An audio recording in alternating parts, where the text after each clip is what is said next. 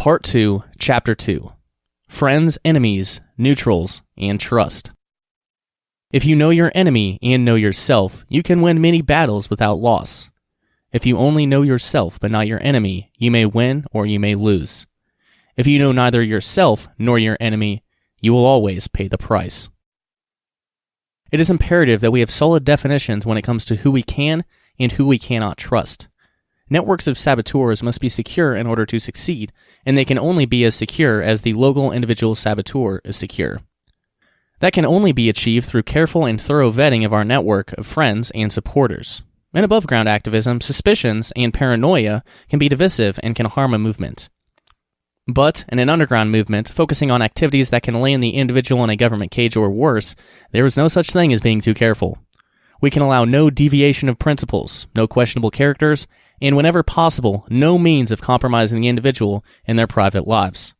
That is not to say that every friend saboteur be a perfect angelic being. It does mean that every reasonable effort must be made to ensure that the underground network is safe from infiltrators, the incompetent, the desperate, the loudmouth, the big shot, and short-thinking emotional reactionaries. As the old saying goes, a chain is only as strong as its weakest link, and the shorter that chain, the less likely it is to have a weak link. Local friend saboteurs are safest when they work alone.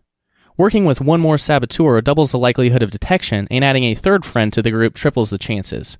It can be argued that many hands make the task light, but when it comes to trust, the smaller the circle, the better. Saboteur networks should be distributed networks with each friend saboteur connected to several others without any being dependent on a central organization. The network should not depend on one universal method of communication. For example, some can connect through secure internet chat, while others can talk at physical meeting places and physical drop points, and others can connect through secure network-only telephones, not carrier-based telephone systems, but dedicated secure networks using dedicated network-only portable phones.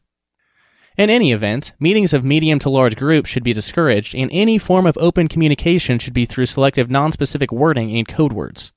For example, rather than referring to a friend saboteur by name, describe him by some other means such as, our friend with the little brown dog. And rather than saying, I have hacked into the police chief's computer, one could say, that one fat pig left his back door open, so I took a look around. As silly and cartoonish as these examples may sound, they are time-tested methods, and the more a crew of activists uses them, the better they will get at being very specific while staying incredibly vague. In other words, this method works. Chapter 2.1. Friends. The fool chases colorful butterfly, the wise man paints himself in the dull colors of the forest, and quietly waits for the stag that will feed his family. Trusted friends of freedom must be enemies of slavery, enemies of aggression, and enemies of all who would steal from us, cage us, and kill us. The friend of freedom can make no excuse for collectivism and government domination. The friend of freedom is not a nationalist, a racist, a bigot, nor any other form of collectivist who would seek to judge his fellow man based on anything other than the man himself. The friend of freedom is a true abolitionist and a voluntarist. He doesn't pick and choose what rights the government should grant or protect. The friend of freedom knows that government can only suppress rights, and it can give nothing to anyone unless it stole from someone else first. The friend of freedom should express to the world his unique brand of liberty primarily through his own deeds and secondarily through his words. The friend of freedom's life, in and of itself, should be an act of witness, and evangelism should be an afterthought if it is to be engaged in at all. After all, freedom is the natural condition of humanity. It is our default setting. Freedom needs no outlandish televangelists. In actuality, freedom is the enemy of the religion of statism, but it is not a competing religion, and it needs no phony hucksters selling it for the price of a donation. The vast majority of friends of freedom will be content to seek their own freedom in their own life through avoiding government agents or attempting to get along as best as they can with the system we currently have. They don't like the system, but many feel there is little, if anything, they can do about it. They have families and busy lives, and their primary goal is to survive, and we wish them well. Some will be driven to speak out in some way or express their frustration with the current system through writing or public speaking or through some other peaceful activism. We need these activists, and we honestly do wish them well. However, there will be some of these friends who will not be content to avoid conflict. There will be some who will possess a fire burning inside them, and that fire will seek a different path. From this last group, we must carefully select our friend saboteurs and teach them of our mission. From this radical group, the Legos will be spread across the carpet in anticipation of that movement. Then, in the middle of the night, the state will encounter that immovable object, and the state will be revealed, not as an omnipotent god, but as fragile and weak, crumbling to its knees for all to see. This we will do.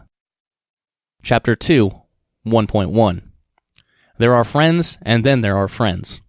Friend saboteurs are a very special type of anarchists. For most peaceful anarchists, the thought of actively and intentionally damaging property or personally targeting individuals is not what they have come to know as acceptable behavior. The vast majority of them will object to our type of activism. Some will be so offended that they may present a threat of exposure to the friend saboteur.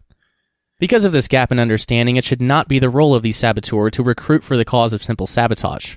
Rather, we should let nature take its course and allow friend saboteurs to develop at their own speed as weeds in the garden of the state.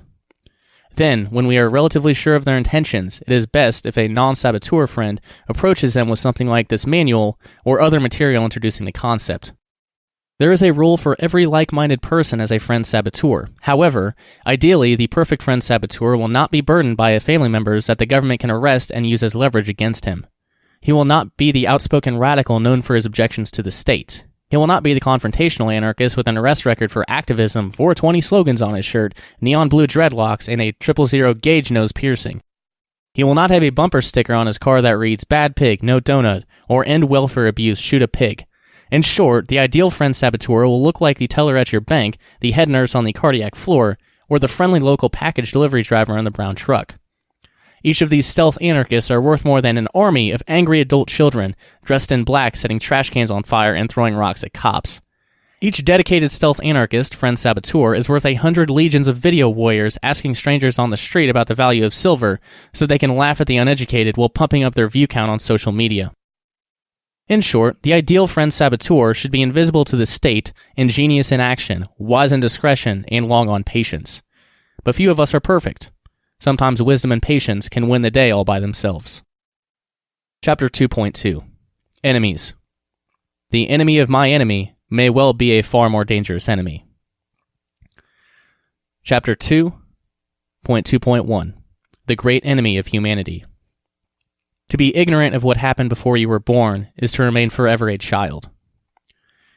To understand the state, you could think in terms of theology and mythology. The state would appear to be the unholy trinity of governments, select corporations, and central banking, served by their demonic lackeys, the media, entertainment, circuses, select clergy, and select intelligentsia. In fact, these are the idols, the temples, the priests, and the tools of the state, not the state itself. The state, whether real or imagined, is the deity in the minds of humans that inspires those humans to behave in a way that supports and perpetuates the above-stated trinity and its ghoulish angels. The state would be easily killed if it were simply a government or a bank. But it is not that. It dwells in the minds of countless actors worldwide, and it constantly shifts, morphs, and mutates in order to maintain its existence and dominance. Today, corporations control governments, and banks control corporations, but this relationship is fluid. Tomorrow, the clergy may be back on top, or governments could regain preeminence. The pecking order doesn't matter, only the beast matters, and it dwells in the hearts of men, not in the institutions. Another way of viewing our enemy, the state, is by considering the study of memetics under a Dawkinsian interpretation. In this view, the state is an inorganic being, a unit of culture rather than a unit of carbon, that lives in the human minds and leaps from human to human as a form of reproduction. Like a virus, memes can range from harmless or a mild irritant to a deadly infliction without cure. Also, much like a virus, some humans appear to be immune or resistant to particular memes, while some have no resistance at all. In the case of the state, if you consider the incredible body count amassed during its current incarnation, roughly from 1600 CE, the birth of corporations and modern banking, to present, it would rank as the most deadly virus ever known to infect humans. However, unlike a virus, a meme, in this case the state, can cause an infected human or humans to kill non-infected humans in massive numbers. Some estimates exceed 250 million deaths just by governments during the 20th century alone, and that staggering number doesn't include war. Read that again. 250 million people murdered by governments in 100 years, and that doesn't include war. This is our enemy. Whether a deity or a meme, the state exists in the mind of the infected believer and has now grown capable of exterminating the entire human race, along with a good portion, if not all, life on this planet. The state is even the enemy of those most dedicated to it. They are simply too blinded or too greedy to see this truth. In some people, the infection is so complete that they will willingly sacrifice themselves, their children, and everything they own and love for their precious, the state. Therefore, this is not an enemy to take lightly or to attack foolishly. Once we determine that our primary enemy is not a single person, It is not an institution, it is not a political party, and it is not capitalism or socialism, but it is a belief system that inspires millions of followers worldwide. Then and only then can we develop a successful plan to defeat it. That plan must first and foremost take into account our own strengths and our weaknesses, and determine the strengths and weaknesses of our enemy. Each of us must then decide our own role and weigh the individual price to engage this enemy. Only the fool begins to build a house without determining the cost and assessing himself to assure he can afford the construction. Only after accomplishing these steps we may engage our enemy on the field of battle that we choose with the weapons, timing, and rules that we choose. We expose ourselves to the enemy only in the way that we choose to expose ourselves. And then, when the fray is upon us, we must fight without mercy, without emotion, and with no thought of ever giving quarter or settling for any form of peace that doesn't include the complete death of our enemy, the state. Anything less, and this beast will simply regroup, shapeshift, and return upon us stronger than it ever has been. This is the nature of our enemy, the state. Chapter 2.2.1.1 The Strength of the State. The story of the state can be understood by examining the story of the Lernaean Hydra of ancient mythology. The Hydra cannot be killed by a single decapitation, as it just grows more heads from the bloody stump of the last head. Its blood is so caustic that one drop will dissolve the best armor, and its breath will kill a strong man. Indications are that this, like the stories of the ancient Titans, was originally a folktale warning of the dangers of governments. The interesting aspect of this story is that the founders of the Greek states perverted this story to justify their bloody government regimes. In the myth, the gods brought forth the only person who could defeat the Hydra, that being the great hero Hercules. Yes, Hercules was the savior of humanity, the same bloody Hercules that murdered his own family. As luck would have it, most of the ancient kings of the Greek cities just happened to be direct descendants of this great man, thus justifying the reign of each king, or so they told their subjects. This is how the state operates. When people come to realize what a hideous monster the government is, the state provides a great man as the deliverer. The great man destroys the monster and sets up a new government. That's why we need strong government headed by a great man, otherwise there would not be a strong government headed by a monstrous beast. And yet, that great man is always the puppet of the true beast, the state. The state exists in the minds of hundreds of millions of faithful believers worldwide. Estimates are that there are currently some 350,000 humans born every day. That means the state can sacrifice vast numbers of believers and neutrals, see description below, without seriously weakening its base of existence. Additionally, a common belief among faithful state supporters is the idea that the earth is overpopulated. Whether true or not, the existence of state followers who not only believe this, but are also in positions of influence and authority, means that there are people with decision-making power who would be willing to exterminate unimaginable quantities of their fellow humans in order to keep the state alive and functioning. And their fanatical belief system demands such sacrifices, as has been clearly demonstrated throughout their history. When a sane, free-minded person considers the state under these terms, it's difficult to grasp the extent that those in power will go in order to maintain their power structure. However, when we think about the strengths of the state, this is the exact thing we must take into consideration. The state has no love of humanity. It feels no empathy. It is incapable of knowing fear. It thinks of humans no more than a virus thinks about its current host. Without blinking and on command, the faithful followers will throw the switches, lock the targets, and turn the keys that will incinerate cities full of people, sending poisonous waves of radioactive dust into the atmosphere to continue killing for decades. This is our enemy, the state. Such an enemy cannot be reasoned with, cannot be threatened, cannot be intimidated, cannot be bluffed, cannot be bribed, cannot be negotiated with, and will never stop until he dominates every single human or kills them all in the process. Such an enemy is willing to send any quantity of young foolish followers into battle to either die or murder waves and waves of both combatants and non-combatants alike. Such an enemy will round up millions for extermination on the hope of killing a handful in the resistance. This enemy sees with hundreds of millions of eyes, and any idea we can come up with has already passed through 100 million of its brains. This is our enemy. This is the state. These are just some of the strengths of the state, but this list can continue. He has almost unlimited wealth. A stronghold cannot be built that he cannot destroy. Hiding from him is near impossible. He can touch almost every electronic communication. He has information about almost every human. He constantly seeks more details about everyone, and he will not stop so long as he has believers who love power. This is our enemy, the state. Chapter 2.2.1.2 The Weak Points of the State. A child can crush the spider with his hands, yet no king can possess a throne room that she cannot invade. An emperor can command 1,000,000 slaves, yet when he sleeps, she may walk across his brow. A president may order the destruction of cities, but he is not immune to her venom. In the dark corner, when the moment is right, her egg sacs open, and thousands of her children invade the palace. And there are more of us every day. The Federal Reserve in the United States and its IMF cohorts around the world provide the lion's share of the funding that our enemy, the state, uses to continue its dominance of humanity. The blockchain and her children, cryptocurrencies, are like millions of spiders spinning webs and moving about as they see fit, doing what they want, where they want, in spite of every effort to stop them. Some find the blockchain terrifying, some find her complicated, and some fail to notice her at all. She is a beautiful marvel if you see her with the right eyes. However, on her own, she is not enough to kill the beast. We must look further. Physical components of the state. Governments, central banks, crony corporations, the military-industrial complex, the mainstream media, and the mainstream entertainment industry all possess the same weakness in their structure. They are all based on collectivism, central planning, and constant internal power struggles to maintain order. The phrase dog-eat-dog was coined to describe their inner workings. The image of the snake swallowing its tail epitomizes the turmoil that is indicative of the components of the state. They are a serpent constantly devouring itself, a fake perpetual motion machine that always consumes its internal parts to maintain the illusion of functionality. On the physical economic level, the only thing that keeps this beast alive is the continuous stream of flesh, blood, and sweat harvested from the productive of the world and fed into the flames of its belly, and that internal turmoil is the weak point in the armor of the state where we must drive our lance. When you understand this weak point, you will see that it exists in every aspect of the physical components of the state.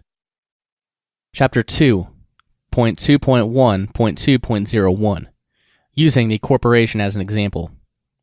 Many large corporations are incredibly delicate. Assuming the corporation is doing well, making money, and stable in its sector, there is a good likelihood it depends on government contracts, a government-provided quasi-monopoly, corporate welfare, or some other kind of government-provided advantage. In other words, the corporation depends on the political model of taxation, theft, and cronyism to survive. No matter its appearance of stability, if you look closely, you will see that the actual workforce has little to no motivation to work hard, strive to improve, seek innovation, nor function efficiently. The best workers are the few who show up to work every day, don't talk back to managers, and don't steal. The go-getter, the overproducer, is seen as a threat to his fellow worker, and sometimes even a threat to his slackard boss. The corporate boss on every level has a built-in motivation to keep the productive workers down the ladder in production positions while advancing the less productive up the corporate ladder. This is a well-documented phenomenon called the Peter Principle. Consider the following example. Supervisor Bob has 10 workers. He is one of 5 peer-level supervisors, each of which has 10 workers. So, 50 workers, 5 supervisors. Bob and his 4 supervisor peers answer to a manager named Tom, and Tom is one of 5 managers. Tom informs Bob and his peers that a manager spot is opened, and one of Bob's peers, Joe, has been chosen to move up. Bob is being considered as next in line to move up to manager. Tom tells Bob that Bob may choose one of the 50 workers to be the new supervisor replacing Joe. Does Bob select the top worker, knowing this new supervisor will compete with Bob for the next manager spot? Or does Bob pick one of the workers who is barely competent, so that the new supervisor will not outperform Bob and not be chosen to pass Bob, becoming the new manager? Of course, the answer is that Bob will likely choose someone who will not be a threat to Bob's advancement. Bob will not choose the best worker. Bob may even select the worst worker to replace Joe. Interruption. At this point in the example, the question becomes, why did Tom choose Joe to move up to manager? Did Tom pick the best supervisor, or did Tom pick the one he knew was barely competent so that Tom wouldn't be threatened in his next advancement? This is critical in understanding corporate structure. If you are confused or didn't follow this demonstration, please read it again or look up the Peter Principle and acquaint yourself with this phenomenon, because it is important to knowing your enemy. Now multiply this example over every level of the corporate structure from the janitorial staff to the board of directors. Add into the equation internal politics, jealousy, personal animosity, nepotism, and personal relationships. The final result is a business model that can only compete with other inept crony corporations. In an actual free market, unencumbered by government favoritism and advantages, such a business would quickly crumble. Once again, the above-described business structure is the pattern that the physical components of the state are all designed to function under. So, the underpinnings of the state, the feet of the idol as it were, are made of clay. Simple slacktivism in and of itself can be a tremendous threat to the stability of the beast. The great redemption in this revelation is that the truth of the above-described weakness of the state is already well known to vast numbers of state supporters. All we need to do is shine the light of mass system failure onto this flaw while providing a logical solution. Chapter 2.2.1.2.02. The corporation stifles innovation and progress. The following story is one example of the incompetence of the state and the vulnerability that it displays. However, this is just one example. With a little thought and effort, these flaws can be revealed in every product and service that the state, through its governments and crony corporatism, monopolistically force upon us. In the 1960s and 1970s, many respected construction engineers began speaking out against the use of overhead electrical transmission lines as opposed to underground lines. Although the topic remains debatable today, the advantages of underground lines are significant. They are demonstrably more reliable and safer, yet the utility companies were resistant to widely adopting the new method. Their primary reasons: their existing infrastructure was committed to the overhead model, and installation of underground lines cost 5 to 15 times more than overhead. Those arguing in favor of underground pointed out that construction companies could be charged the price difference and simply pass the cost to the consumers through higher construction prices. These would be disproportionately covered by business rather than individual homeowners. However, the utility industry resisted and lobbied to stop local, state, and federal regulations requiring underground lines. In the background, and less obvious to the casual observer, was the fact that the powerful timber and coal interests were raking in a fortune selling creosote-injected wooden poles to the utility giants, and they were also lobbying against the underground utilities at the same time. Because of antiquated subsidies and regulations regarding the expansion of the electrical grid dating back to the 1930s, the utility companies had a tax-sponsored incentive to resist the underground method in favor of the overhead. So, as the utility giants expanded their electrical grid through the 1980s and 1990s, they stayed with the technology of the 1880s funded by laws of the 1930s rather than adapting and modernizing to the current state of the industry. Remember the preceding paragraph the next time an ice storm or a hurricane leaves 500,000 Americans without power for a couple weeks.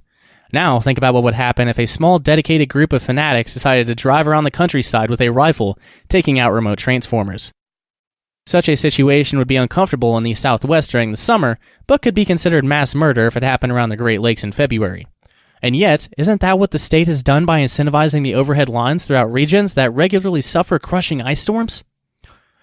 Some may ask, if the market is so great, why can't it provide a better solution than 1880s-style overhead wires or expensive trenching and underground lines? Late 1990s fuel cell technology using existing natural gas infrastructure demonstrated private ownership of generators could provide cheap, clean, quiet, reliable electricity to the new home construction in North America, adding roughly $10,000 to the sale price of each new home, but recovering that amount in utility cost savings, while virtually eliminating power outages. At the time, several small startup companies were competing to get these generators on the market. Please note here, these were not magic free energy machines. Fuel cells are established, reliable electric generators. Once sales of the fuel cells caught on in the construction market, projections indicated the cost of a home fuel cell generator may have fallen by 50% by 2002, making them widely available and affordable as a retrofit in the booming home renovation sector.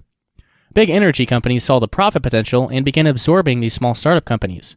But the potential for the consumer still seemed limitless. However, energy giants Enron, GE, Berkshire Hathaway, Boone Pickens Capital Management, and others clashed in 2000-2001, resulting in the fall of Enron, the evaporation of incredible amounts of false capital, and the hope of energy-independent housing practically vanished, while continued mass dependency on the 1880s-style power grid was almost guaranteed for another generation due to the same factors involved in resisting the innovation of underground utilities 2 decades earlier. This example of corporate mishandling of technology could easily be seen as evidence of some grand conspiracy to control the energy markets. However, no conspiracy is needed to explain this tragedy. This is simply the way giant corporations and the existing capital management systems work. In theory, government regulators should prevent events like this from happening. However, the opposite is true. The history of modern banking corporate regulatory practices shows conclusively that this is exactly how the system is designed to function. This example provides an insight into 2 distinct and separate weaknesses of the state. The first weakness can be exploited through education and propaganda. Unfortunately, the Enron scandal is complicated, and as you attempt to explain it to the average state believer, his eyes will likely glaze over in boredom and disinterest long before your point can be made. If you're knowledgeable of the intricate details of this massive scandal, and if you have the skill set to tell this tale without your listeners dropping into a comatose state, you may be able to convince your listener that the whole corporate government system is designed to inhibit innovation while draining the maximum amount of wealth from the productive sector and funneling that wealth into the banking investment sector. Good luck with that, since the Enron scandal has been told over and over, with almost no one even mentioning the fuel cell aspect of the story. It may be easier to expose the flaw in being dependent upon the banking corporation government structure that provides the energy to your home that keeps your children alive during the winter. The promise from the state is that the state provides for us what the market by itself cannot. Not only is that a lie, the state actually provides a very unstable supply of overpriced energy. The energy grid is incredibly delicate due to the fact that it is the product of 135 years of central planning. It is rife with flaws, weak design, overburdened bottlenecks, and inefficiency. The power companies are riddled with corruption and stagnant thinking, and shackled by regulators that stopped making any sense 75 years ago, if they ever made sense at all. So we have this propaganda education opportunity, but only if it is explained correctly or demonstrated in practical terms. But who will listen, and why will they listen so long as the lights work? Thus we have the second weakness provided by this example. The state's power grid, while keeping the people of North America alive every winter, is incredibly delicate, and yet it is a source of faith in the existing system. Consider this.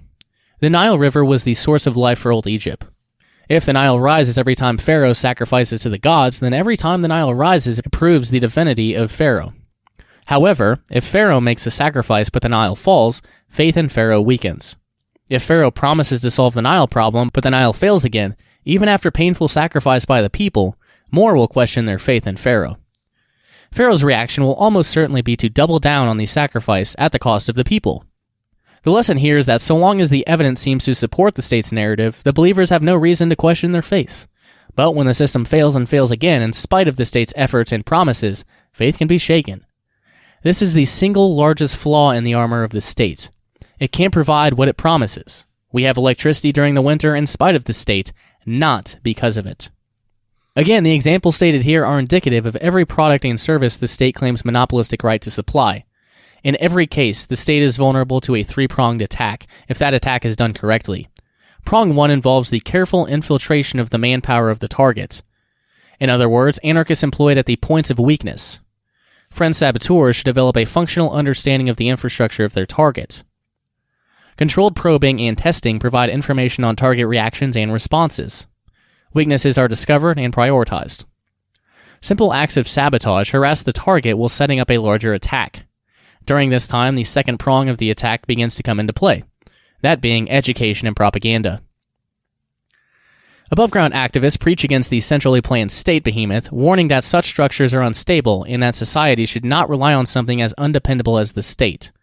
As the above-ground activists loudly predict disaster, the underground saboteurs provide the disaster. When the Nile fails and fails again and Pharaoh reacts with violence, increased confiscations and oppression, thus faith in the state weakens. And then eventually the people begin to understand that there is no connection between the Nile and the state. The Pharaoh and all his ministers are nothing but a violent gang of thieves. People stop making excuses for them and they stop protecting them. At this point, the third prong strikes with precision and removes the human leadership of the state, thus ends the war. It should be noted that the timing of the third prong is critical. If you strike too soon or are too obvious, you garner sympathy for the state actors. If you strike too late, you may miss the critical moment of vulnerability, and you may have to repeat the first two operations. It should also be noted that there can be no public connection between the friend saboteurs and the above-ground activists. The above-ground activists must consistently denounce sabotage or dismiss accusations of sabotage as crazy conspiracy theories concocted by desperate state actors to hide their incompetence. Do not miss this important point. When state actors blame anarchists for well-executed sabotage, above-ground activists can claim the statists are crazy conspiracy theorists. Finally, the third prong in this example should be recognized as the selective irregular warfare mentioned earlier. There should never be a public connection between selective irregular warfare and the above-ground activists nor the network of friend saboteurs. These must appear to be separate, unrelated entities. In best practice, there should never be an acknowledgement of the existence of the friend saboteurs, nor of the existence of the irregular warriors. Largely, their success depends on their invisibility. When done in one sector of industry, or one sector of the economy, or one geographical location, the above procedure can be damaging to the state. When coordinated to strike many actors at once, the truth of the state will be revealed for all to see. If done correctly, coordinated on a worldwide scale, this procedure will only need to be done once. The state is like a great colossus on a pedestal, made of steel and crowned in gold, but standing on feet of clay. It's not the job of the friend saboteur to melt the steel. After all, Molotov cocktails won't melt steel beams. It's only our job to make fissures in the clay. Gravity will do the rest. Chapter 2.2.2 Are human enemies. Fighting the government doesn't make you an anarchist. Some who fight authority do so only because they wish to have the power of the authority for themselves. There are as many flavors of enemies as there are enemies. It's important not to fall into collectivist thinking, either in the positive nor the negative direction. In other words, one should reject the idea of assuming everyone who fights a current government is a friend, just like one should reject the idea that everyone who is not a philosophically perfect anarchist is an enemy. Many people can do things that would seem to place them in the category of friend, but if they were to obtain the slightest political power, they would quickly become a more dangerous enemy than the ones currently in charge. Likewise, a person can take actions that would seem to flag them as enemies, but they are simply confused neutrals making bad choices. So before we label someone as an enemy, we have to be sure of their intentions. Also, in labeling an enemy, the input of multiple opinions is valuable. In short, be slow to judge, as this judgment can have deadly consequences. As important as it is to discriminate when we choose who to trust, we must discriminate when choosing who to condemn. Having said that, we must also reject some commonly held beliefs. It is often said, keep your friends close and your enemies closer. This old saying comes to us in modern times from the writings of Niccolò di Bernardo de Machiavelli, an Italian politician, diplomat, and philosopher. Basically an advisor to our enemy. Not to say we can't learn from Machiavelli, we most definitely can. But Machiavelli was not writing from the perspective of ripping the prince down, he was writing from the perspective of keeping the prince in power. Machiavelli was advising a prince on how to behave in a way to maintain his monopoly on violence. That is the opposite of our design. Good advice for a prince is not by default good advice for everyone. We must be more like the spider mentioned in section 2.2.1.2 above. Ideally, we want to be near the prince, if possible serving him a bowl of soup or driving him to his dentist appointment, but we should try to be in that position in a way that he doesn't notice we exist or doesn't recognize us as the threat that we are. As a general rule, the use of physical violence upon the person or persons of our enemies should be avoided by the friend saboteur. This is not a hard rule set in stone, it is guidance that should be taken into consideration when making that decision. This should not be taken to mean there should never be violence used against our enemies. It is simply stating that wisdom should dictate when to strike and what method will provide the best result. Eventually, there will be physical violence upon specific targets by those engaging in irregular warfare, but we won't be covering that in this section of this manual. For more on irregular warfare, see the publication Sedition, Subversion, and Sabotage Field Manual No. 1, Ethics-Based Irregular Warfare. For our purposes in this section of this manual, we will classify 3 types of enemies that the friend saboteur should concern himself with. 1. Those who issue orders to rob, intimidate, cage, maim, and kill to maintain the state's murderous grip on humanity. These people should be our primary human targets when using simple sabotage. They may be high-level bureaucrats, politicians, military officers, judges, or high-level law enforcement. If it's possible to positively identify these shadow government actors, then they would be at the top of this category. Once again, as tempting as it is to resort to direct violence, wisdom must rule our actions. Our main goal is to disrupt their plans, distract their attention, and generally place Legos on the carpet of their life to keep them stumbling in the dark. Number 2. Those who choose to obey and execute above stated orders. These people are the front-line police, military, prison guards, mid to low-level bureaucrats, building inspectors, health inspectors, children's services agents, federal letter agency thugs, and every government actor that directly interferes with the public to enforce the arbitrary will of governments. These are individually our most dangerous enemies. They are the ones most likely to directly use violence upon the innocent. Number 3. Those who knowingly facilitate the order givers and the order executors. This is the widest group with the widest definition, therefore the most difficult to classify accurately. It includes mainstream media writers, personalities, and news directors. It's the corporate leaders that oversee the military-industrial complex, the central banking complex, and secondary workers in the prison-industrial complex. It's the mid-level government bureaucrats, the mid-level corporate dealmakers, the clergy that have sold their soul to the almighty state. It is the software writers, hardware developers, and hackers that betray the entire information technology sector while doing the dirty work for their state masters by facilitating the surveillance industry. In short, these people are the willful hands and fingers of the state. Chapter 2.3. Neutrals. The word neutral has its origin in the same word as neuter. Neuter is the castration of a male pet, and in the context of this discussion, that may be the best possible definition of those who are neither our friends nor our enemies. One of the most successful methods of the state throughout history has been to virtually neuter the bulk of the population, leaving them as little more than docile house pets. The most serious danger neutrals present to us is their tendency to bark and whine, alerting their masters as to our presence or our activities. Sometimes it's easy to confuse these eunuchs with actual enemies, but it's important to understand the distinction. We must never aggress upon the neutrals. We must always keep in mind that they are the victims of the state. It is our job to set them free, not punish them for their lack of understanding. Never compromise this foundational principle.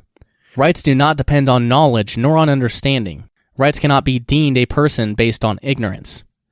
Therefore, we must always treat the neutrals as non-combatants and grant them the same respect as we do our friends. Their lives, their safety, and their property must be preserved and respected. Final thoughts on neutrals. As they are, many of us have been. As we are now, they may someday be. That said, neutrals can never be trusted. Never, so long as there remain neutrals, can they be trusted. Even after they awake, former neutrals should be carefully observed and tested. It's only as they prove themselves with small things that you may begin to trust them on bigger things. However, always use caution. The effects of the state can linger.